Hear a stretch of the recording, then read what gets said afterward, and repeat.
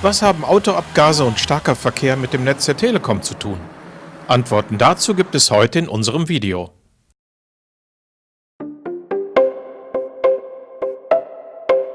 Normalerweise bringen die Straßenverteiler das schnelle Internet in die Häuser der Kunden. Wir sind heute in Darmstadt unterwegs, weil sie noch einen weiteren Zweck erfüllen sollen. Und zwar sollen sie der Luftgütemessung dienen.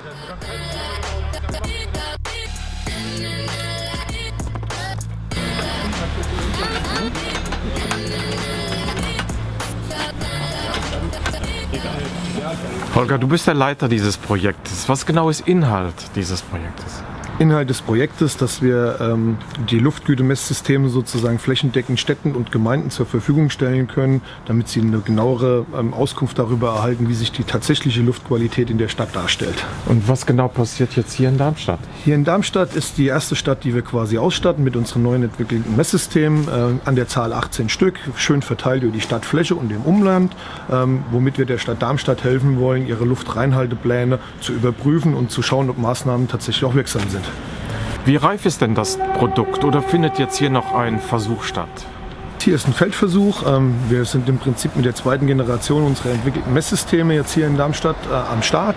Der ganze Feldtest soll ungefähr ein ganzes Jahr lang laufen, weil wir das auch brauchen für die Zertifizierung. Heißt, noch sind wir in einem Prototypenstatus, nutzen aber hier jetzt die Bühne auch, um das Produkt dann sozusagen zur Reife zu entwickeln. Was genau wird denn gemessen? Wir messen verschiedene Luftschadstoffe. Das unterscheidet sich in Gase und Partikel. Bei den Gasen messen wir das berühmte NO2, Ozon und eben auch NO, also ohne 2. Und bei den Partikeln haben wir die über die BIMSCH festgelegten Messungen für Partikelmatter 10 Mikrometer und 2,5 Mikrometer, erfassen aber auch noch kleinere Partikel in unseren Messungen. Die Daten werden also im MFG erhoben, beziehungsweise in Messsystemen am MFG, genau. Und gelangen dann wohin? Also die Daten werden über diese elektronischen Messsysteme im MFG erfasst und werden dann über eine Datenleitung in ein Datencenter übermittelt.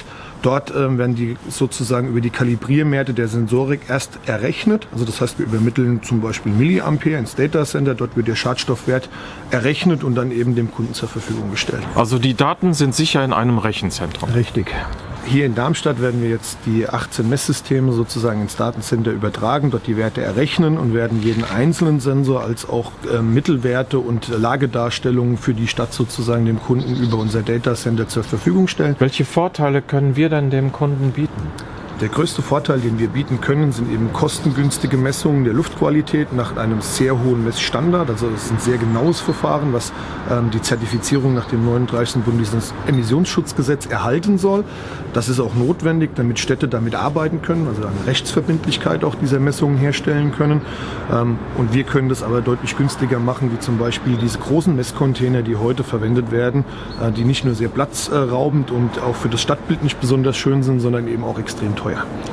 Du sprichst von 18 Multifunktionsgehäuse. Kann man also mit 18 Multifunktionsgehäusen flächendeckend eine solche Stadt messen? Du musst dir vorstellen, heute ist es so, dass zum Beispiel die Stadt Darmstadt 2 öffentliche Messsysteme auf der gesamten Stadtfläche hat und muss daraus sozusagen ableiten, wie denn die Luftqualität in der Stadt ist. Mit 18 Messstationen sind wir natürlich deutlich dichter dran und können das auch viel besser für die einzelnen Stadtteile sozusagen eruieren. Und die Lagen sind ja auch durchaus entscheidend dafür, wie sich denn die Luftverhältnisse dort darstellen. Was waren bzw. sind denn so besondere Herausforderungen? Also das Kniffligste, was wir hier machen müssen mit der Elektronik, ist tatsächlich die Ermittlung der NO2-Werte. Das sind im Prinzip elektronische Messverfahren, die sehr geringe Ströme produzieren in der Umwandlung sozusagen. Und hier sind eben die Herausforderungen, dass man die Umgebungsbedingungen so gut abschirmen kann, dass die Messungen eben auch authentisch sind und nicht verfälscht.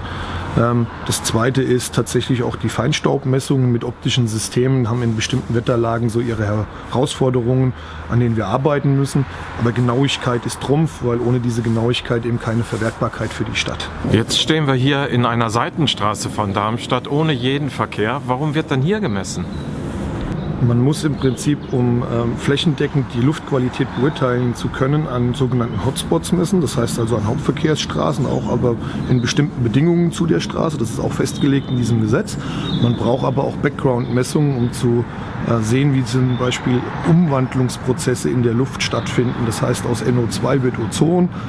Das breitet sich anders aus. Und um diese Lagen auch zu erkennen, brauchen wir eben auch diese Seitenmessungen oder Background-Messungen, um sozusagen über die Stadt einmal eine Lage definieren zu können und zukünftig auch gegebenenfalls Prognosen, also Vorhersagen, wie sich denn Schadstoffe entwickeln werden, abbilden zu können. Stichwort Prognose oder Lagedarstellung. Was genau kann die Stadt damit machen?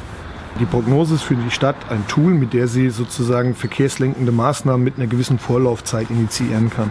Du musst dir einfach vorstellen, wenn du heute auf Basis eines jetzt gemessenen Wertes eine Umleitung der Verkehre einleiten wolltest, was endet da drin? Das endet im Chaos. Hat man allerdings eine Vorlaufzeit und man kann zum Beispiel gezielt sagen, morgen um, keine Ahnung, 10 Uhr wird im Südwesten Darmstadts die Luft schon sehr belastet sein, kann man zum Beispiel den Verkehr von der A5 weiter nach Nordwesten leiten und von dort in die Stadt einfahren lassen und kann den Süden schon etwas entlasten.